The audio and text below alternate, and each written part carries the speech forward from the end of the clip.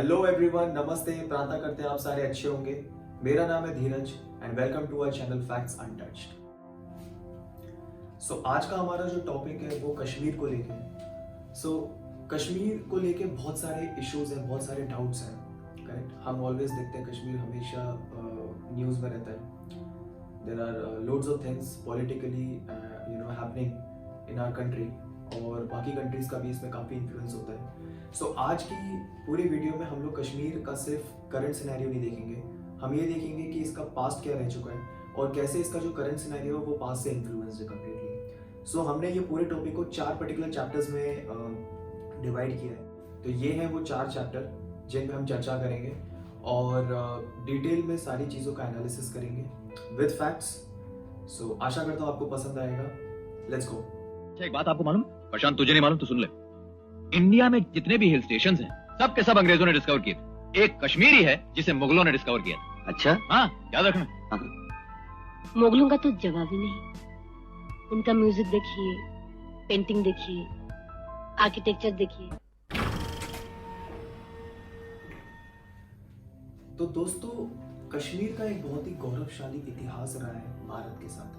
अक्सर हम देखते हैं जो लोग कश्मीर को भारत से जुदा देखना चाहते हैं या जिन्हें कश्मीर को भारत से अलग करना है, वो अक्सर ये लॉजिक देते हैं कि कश्मीर भारत का कभी हिस्सा था ही नहीं, भारत ने ज़बरदस्ती इसे अपने अंडर कंट्रोल में ले रखा है। इनफैक्ट वो जो इंडियन कश्मीर है उसको इंडियन ऑक्यूपाइड कश्मीर के नाम से भी कहते हैं। कश्मीर का इतिहास दोस्तों हज़ारों साल पुराना है। दोस्तों, अगर हम कश्मीर के पहचान के बारे में बात करें तो नीलमत महापुराण और राज तरंगिनी जैसे स्क्रिप्चर्स में कश्मीर का उल्लेख हुआ है। नीलमत महापुराण के हिसाब से ऋषि कश्यप ने जब एक नदी सुखा दी थी तो उसमें से कश्मीर का जन्म हुआ, जिसे कश्यपपुरा कहा गया। तो दोस्तों, कश्मीर में रह रहे निवासियों को हाईली एजुकेटेड माना जाता था और शिवा महापुराण जैसे स्क्रिप्चर्स कश्मीर में लिखे गए। इस वजह से हम देखते हैं कि वहां पे बहुत सारे शिव भक्त हैं जो आज भी कश्मीरी हिंदूज का एक कल्चर का पार्ट है। तो दोस्तों, 14वीं सेंचुरी तक इंडिया में सब कुछ चल रहा था।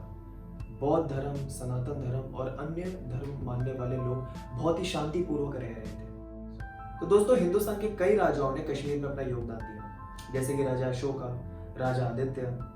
इनफैक्ट राजा अशोका के ही शासनकाल में श्रीनगर सिटी बनाया गया। वही टाइम था जब बौद्ध धर्म ने कश्मीर में एंट्री ली। तो बौद्ध धर्म के जानने वालों ने कश्मीर में अपने धर्म का प्रचार भी किया और कश्मीरियों ने उन्हें काफी सराहाया भी।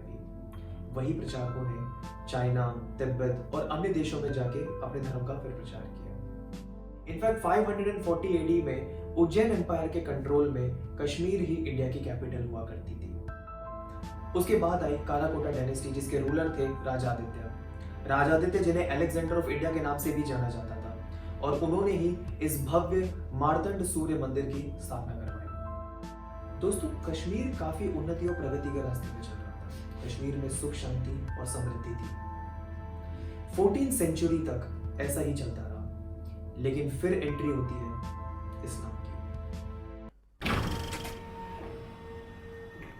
तो दोस्तों, इस्लाम का इंट्रोडक्शन कश्मीर में 14वीं सेंचुरी के बाद होता है। उस टाइम पर इंडिया में लोहार डायनेस्टी का राज था। एक टर्किश मंगोल चीफ जिसका नाम दुलाचा था, वो इंडिया आता है और कश्मीर पर अटैक करता है। उसका टेरराइजिंग अटैक इतना खौफनाक था कि उसे न जाने कितने हिंदू मंदिरों को तोड़ा, ध्वस्त किया, कई सारे हिंदुओं का मर्डर किया, मास कन्वर्जन किया और हिंदू औरतों को ले जाके मंडी में बेच दिया। इतने सारे टेरर के बाद उसने एक स्टेटमेंट रिलीज किया जिसमें वो कहता है कि अगर इंडिया को इस्लामिक नेशन बनाना है तो वो तलवार की नोक पर नहीं हो सकता, उसे मैनिपुलेटिव तरीके से ही करना होगा। तो उसी मैनिपुलेटिव एजेंडा के थ्रू उन्होंने रिंचाना, जो एक बुद्धिस्ट मॉन्क थे, उनको इस्लाम में कन्वर्ट कराया, उन्हें वहां का राजा बनाया। रिंचाना और उनके सक्सेसर्स, जो उनकी आने वाली पीढ़ियां थी, उन्होंने सूफीज्म का जो एलिमेंट था वो कश्मीर में लाया। ये पहला टाइम था जब सेक्युलरिज्म हमें इंडिया में देखने मिला और सनातन धर्म, बौद्ध धर्म और सूफीज्म, ये तीनों चीजें जब मिला दी जाती है, इसे कश्मीरियत कहा गया। इस सूफीज्म के थ्रू न जाने कितने लाखों हिंदुओं को कन्वर्ट किया गया। और इन सब के चलते कश्मीरी हिंदुओं का जो इतिहास था उसे कंप्लीटली मिटा दिया जाता है। कश्मीरी हिंदू अपने रिलीजियस प्रैक्टिसेस ओपनली प्रैक्टिस नहीं कर सकते थे। उन पे टैक्स लगाया जाता है क्योंकि वो नॉन मुस्लिम्स हैं।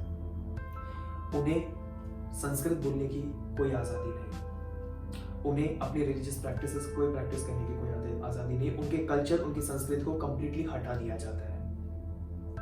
और इन सब के चलते हिंदू मंदिर ध्वस्त होते रहे, बर्बाद होते रहे, नष्ट होते रहे। और यही वो टाइम था जब कश्मीरियों ने कश्मीर छोड़ना शुरू किया। याद रखना दोस्तों, 1990 पहला एक्सोडस या पहला पलायन नहीं था, इसके पहले भी ये होता रहा। 16th सेंचुरी तक ये टर्किश मंगोल और ये मैनिपुलेटिव एरा चलता रहा। उसके बाद एंट्री होती है मुगलों की, जिनकी आइडियोलॉजी में कोई बदलाव नहीं था। वही सेम आइडियोलॉजी, वही हिंदुओं का पलायन करना, मास मर्डरिंग्स, कन्वर्जन्स और हिंदू मंदिरों को ध्वस्त करना। 250 साल उनके राज में ये काम बहुत फूला फैला। उसके बाद आए अफगानों ने भी यही किया। हिंदुओं का कश्मीर छोड़ के भारत के अन्य जगहों पे जाके सेटल होना कंटिन्यू रहा। लेकिन अफगानों के टाइम पे एक चीज जो अच्छी हुई यह थी कि महाराजा रंजीत सिंह जो सिख रूलर थे, उन्होंने हिंदुओं को बचाया। और उसके बाद वहां पे सिखों का राज रहा अप्रोक्सीमेटली 40 ईयर्स, 40 साल तक सिखों ने वहां पे राज किया। और सिखों के इस राज के बाद भी डेमोग्राफी कंप्लीटली चेंज हो चुकी थी। हिंदू एक माइनॉरिटी बन चुके थे और कश्मीर एक मुस्लिम मेजॉरिटी स्टेट बन चुका था। और इन सब का रीजन आज वाला सेक्युलरिज्म ही है।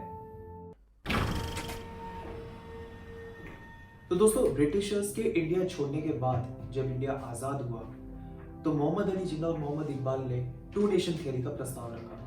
उस टू नेशन थियरी में हिंदुस्तान के 2 टुकड़े हुए, जिसके अंदर एक इंडिया बना और पाकिस्तान के 2 पार्ट थे, जिसका नाम था एक वेस्ट पाकिस्तान और ईस्ट पाकिस्तान। जिन्ना और इकबाल ने ये डिमांड की कि जस्ट बिकॉज कश्मीर एक मुस्लिम मेजॉरिटी स्टेट है, उसे पाकिस्तान में शामिल कर दिया जाए। पर उस टाइम पे कश्मीर एक प्रिंसली प्रोविंस था जिसमें राजा का शासन था। तो हरि सिंह वहां के जो राजा थे, उन्होंने उस टाइम की जो गवर्नमेंट थी उनके साथ इंस्ट्रूमेंट ऑफ एक्सेशन साइन किया। और वो साइन करने के बाद कश्मीर इंडिया का एक अनसेपरेटेबल हिस्सा बन चुका था। बट आफ्टर पार्टीशन इंडिया में आई कांग्रेस की सरकार। वही कांग्रेस जिन्होंने कभी हमें बाप दिया तो कभी हमें चाचा।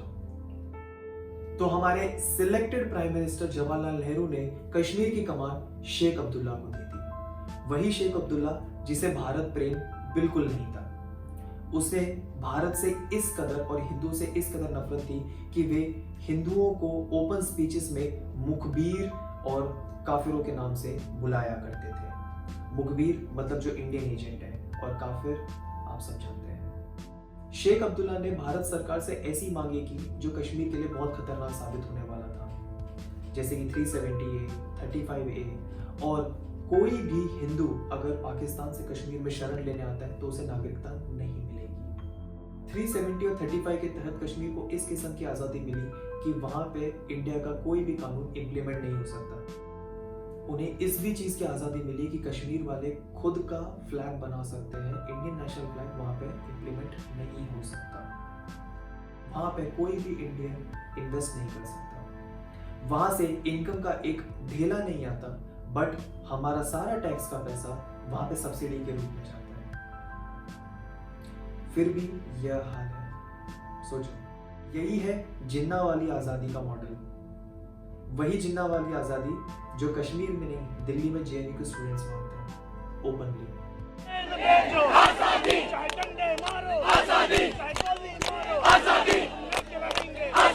1975 या 1980 तक दिखाने के लिए कश्मीर में सब कुछ ठीक चल रहा था, बट पर्दे के पीछे कुछ और ही चल रहा था।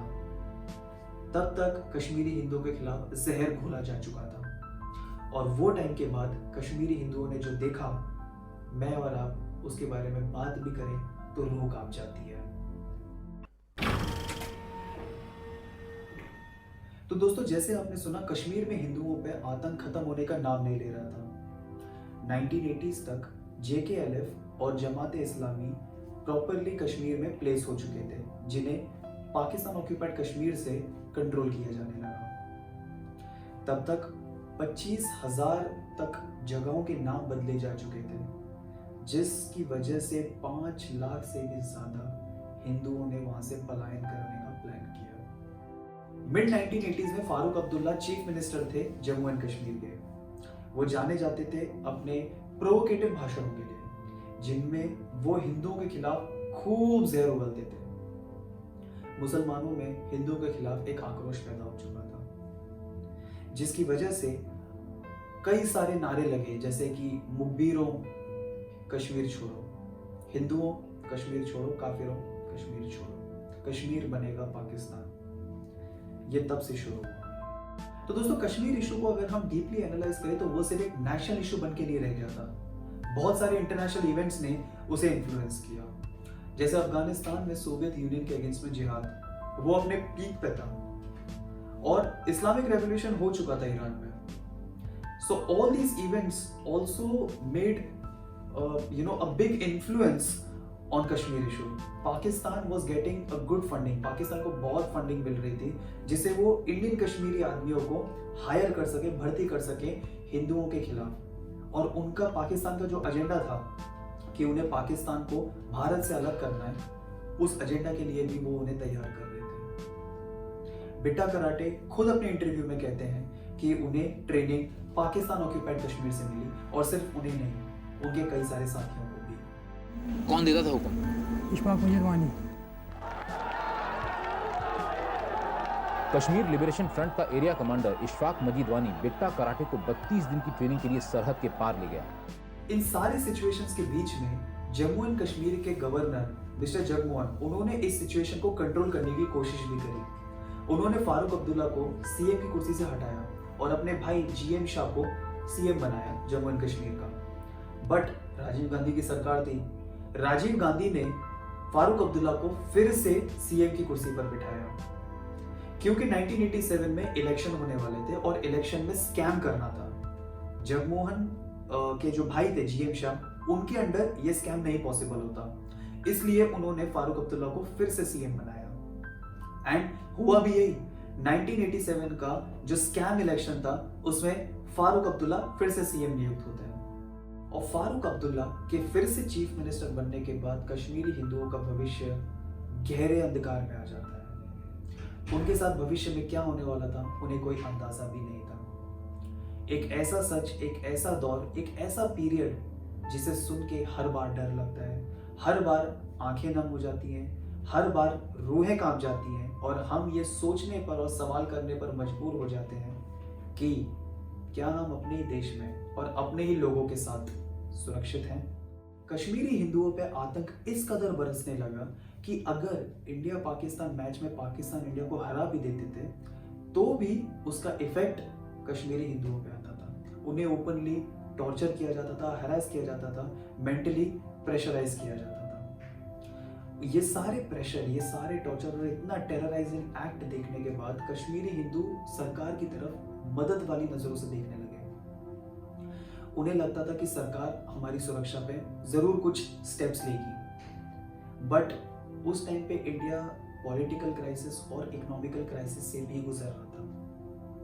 बट उस टाइम की सरकार, जो राजीव गांधी साहब की जो सरकार थी, उसने पैलेस्टाइन को फंड्स देना जरूरी समझा, बट अपने ही लोगों को सुरक्षा देना जरूरी नहीं समझा, सेफ्टी देना जरूरी नहीं समझा। इन सारे इवेंट से हिंदू समुदाय के लोगों को बार बार ये फील कराया गया कि आप एक माइनॉरिटी हो और आपको बार बार दबाया जाएगा। इंडियन सपोर्टर्स को ओपनली मारा जाने लगा, ओपनली उनका मर्डर होने लगा। गवर्नमेंट बिल्डिंग्स जैसे कि स्कूल्स, कॉलेजेस, हॉस्पिटल्स, उनमें आग लगा दी जाती थी। और अल्लाह टाइगर जैसे न्यूज़पेपर्स ने ओपनली ये गाइडलाइंस पब्लिश की है कि मूवीज नहीं चलेंगी, कोई भी हिंदू कल्चर अटायर नहीं चलेगा। अगर कोई भी हिंदू महिला हिंदू अटायर में अगर दिख जाती तो या तो उनका मर्डर होता था या उनके साथ रेप होता था। और अगर इन सारी चीजों के बाद अगर वो बच जाए तो वो ये ऑफर देते थे कि आप हमारे किसी एक मुजाहिद के साथ निकाह पढ़ लो। इन सारी प्रताड़नाओं के बाद हमें लगने लगा कि कोई तो एक्शन लिया जाएगा या यहाँ ये सारी चीजें खत्म हो जाएंगी, बट नहीं। 14 अगस्त जो पाकिस्तानी इंडिपेंडेंस डे है उसको बहुत धूमधाम से मनाया जाता था और 15 अगस्त को कंप्लीटली ब्लैकआउट रखा जाता था। पाकिस्तानी करेंसी का इस्तेमाल होने लगा कश्मीर में और इंडियन करेंसी को बॉयकॉट कर दिया गया। इनफैक्ट जो टाइम था उसे आधा घंटा पीछे कर दिया गया जो पाकिस्तान का टाइम था। दोस्तों फिर आता है ईयर 1989। उस साल ऐसा कुछ होता है जो एक आम इंसान की सोच के बहुत बाहर है, बहुत दूर है, ऐसा इंसान नॉर्मली सोच नहीं सकता।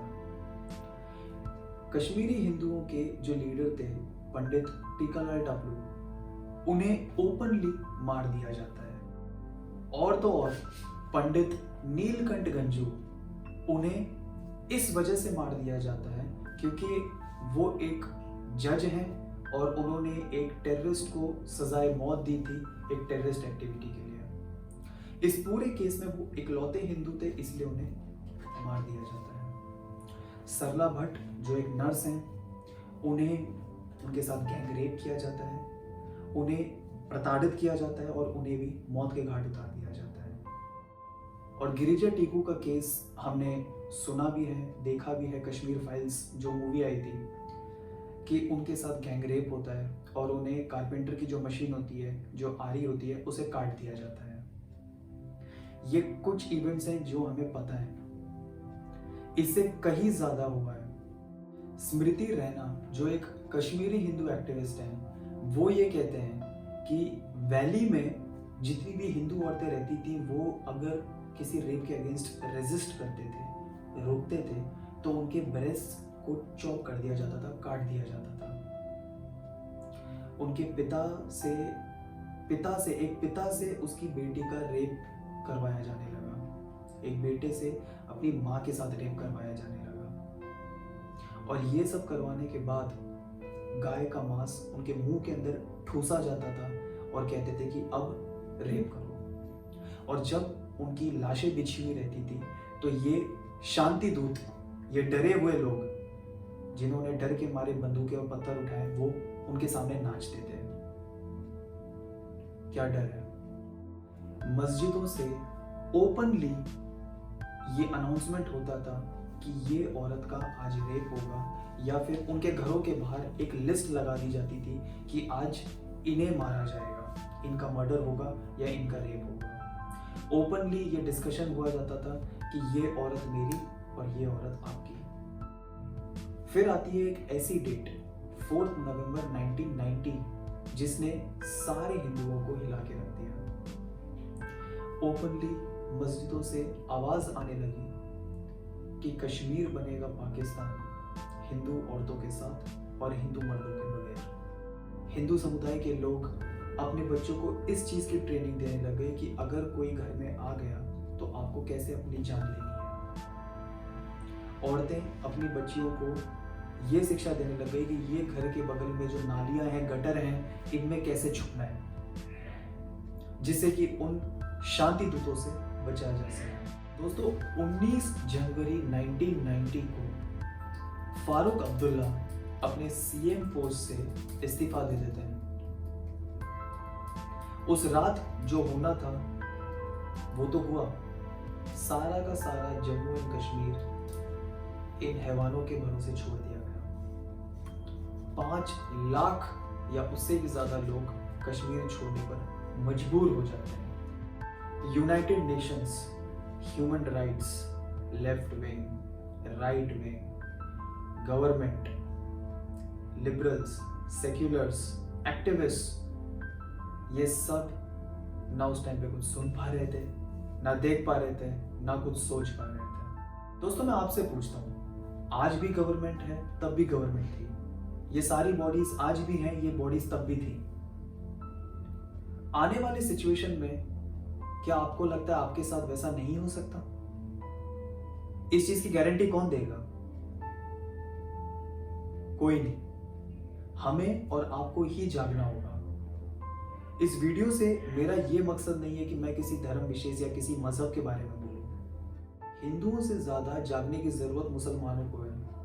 उन्हें इस चीज की समझने की जरूरत है कि किस कदर उन्हें भड़का कर हिंदुओं के खिलाफ किया जाता है, जिसका जीता जाता एग्जाम्पल कश्मीर है। इन सारे चीज़ों के बाद कश्मीरी हिंदू छोड़ दिया गया, अपने ही देश में एक रेफ्यूजी बना के रख दिया गया, जिसके पास ना खाना है, ना पैसा है, ना सेफ्टी है, ना हेल्थ एंड सैनिटेशन की कोई व्यवस्था है, कुछ नहीं, कोई सुविधा नहीं। बहुत सारी मिन्नतों के बाद, बहुत कोशिशें करने के बाद एक टेंट मिलता था, जिसमें कभी कोई जानवर आ गया, कभी उससे कश्मीरी हिंदू मारे गए, कभी कोई किसी स्ट्रेस की वजह से मर गया, कोई हार्ट अटैक की वजह से मर गया, कोई इमोशनली स्ट्रेस होके मर गया, कोई डिप्रेशन से मर गया। चीज़ें सुधरने का नाम नहीं ले रही थी। कश्मीरी हिंदुओं को लगता था कि ये महीने 2 महीने की बात है, वे फिर से वैली में जा सकते हैं। आज 32 साल हो चुके हैं, आज तक कोई भी न्यायालय उन्हें इंसाफ नहीं दे पाया। एक टेररिस्ट को बचाने के लिए आधी रात को सुप्रीम कोर्ट खुल जाता है, बट कश्मीरी हिंदू जो 5000 साल से पुराना सिटीजन है इसी भारतवर्ष का, उसे 32 साल हो गए, पर अपने ही देश में इंसाफ नहीं मिल रहा। एक पिक्चर बनती है कश्मीर फाइल्स, जिसमें पूरा तो छोड़ो, कुछ हद तक सच दिखाने की कोशिश करी है मिस्टर विवेक अग्निहोत्री ने, बट उसे भी प्रोपोगेंडा के थ्रू बहुत सारी जगहों पे रिलीजिंग स्क्रीन नहीं मिलती, ओपनली प्रमोट नहीं किया जाता, और जो प्रमोट करते हैं उन्हें संसद में खुल के उन पे जोक मारा जाता है, उन पे हंसा जाता है, जो इस पिक्चर को प्रमोट कर रहे हैं। बिट्टा कराटे जैसे लोग जो ओपनली, जो डरे हुए लोग हैं, सो कॉल्ड डरे हुए लोग हैं, जो डर के, जिन्होंने बंदूक उठा ली, उनकी इंटरव्यू देखिए आप। ऊपर से ऑर्डर मिलता था, लीडर ऑर्डर देते थे कि अच्छा, ऑर्डर दे किसी को मार दो, आप मार देते थे? हाँ जी, चाहे वो कोई भी हो? कोई भी हो। अगर वो कहता कि अपने सगे भाई को जान से मार डालो? जी, मैं तो मार देता। अगर वो कहता अपनी माँ को जान से मार डालो? मैं तो मार देता। अच्छा, आपने कितने लोगों की जानें ली? मुझे याद नहीं कितने लोग हैं। यानी आपने इतने सारे लोग मार डाले कि आपको ये भी नहीं याद कि आपने कितने लोग मार डाले? 10-12 हम मारे होंगे। 10-12 की 20? अब 20 ही लगा, 20 ही मारे। इस डरे हुए इंसान को रिहा कर दिया जाता है मनमोहन सरकार के टाइम। यासीन मलिक जो रिस्पॉन्सिबल है कश्मीर में दंगों के लिए, वो प्रधानमंत्री मनमोहन सिंह से ओपनली मिलता है। 2019 में नरेंद्र मोदी की सरकार में उसे गिरफ्तार किया जाता है। इन सारी चीजों से हम इतने ज्यादा भटकाए गए, हमें इतना ज्यादा इन चीजों को छुपाया गया, इन चीजों से दूर रखा गया कि आप खुद देखो, आपके आजू बाजू वाला यूथ है, वो कश्मीर इशू के बारे में जानता क्या है? उन्हें पता भी नहीं होगा कि कश्मीर में हिंदुओं के साथ क्या हुआ। मीडिया प्रोपोगेंडा, मीडिया ने हमसे ये सारी चीजें छुपाई गई। इनफैक्ट बरखा दत्त जैसे रिपोर्टर ये कहते हैं कि Kashmiri Hindu just because elite class थे, रिच सेक्शन से बिलोंग करते थे, और कश्मीरी मुसलमान पुअर थे, इसलिए उन्होंने इन्हें मार के भगा दिया। दोस्तों, मैं आपको एक जानकारी देना चाहता हूँ। Big landed estate abolition act 1950 के तहत कश्मीरी हिंदुओं की जितनी भी जमीनें थी वो लोकल मुस्लिम्स को दे दी गई थी। तो अमीर और गरीब का कहां से सवाल आता है? कश्मीरी हिंदुओं के खून से कितने लोगों के हाथ रंगे हुए हैं, ये सोचने का विषय है। Today, hapless victims, they were once the privileged elite of the valley. They may have been a minority, but at that time they had monopolized government jobs, plum postings and other such social benefits. In fact, the sharp economic disparity between the Pandits and the poor Muslim majority was one of the earliest reasons for popular discontent in the state. Yasin Malik, they're saying that they're not going to allow separate colonies for Kashmiri Pandits in Jammu and Kashmir.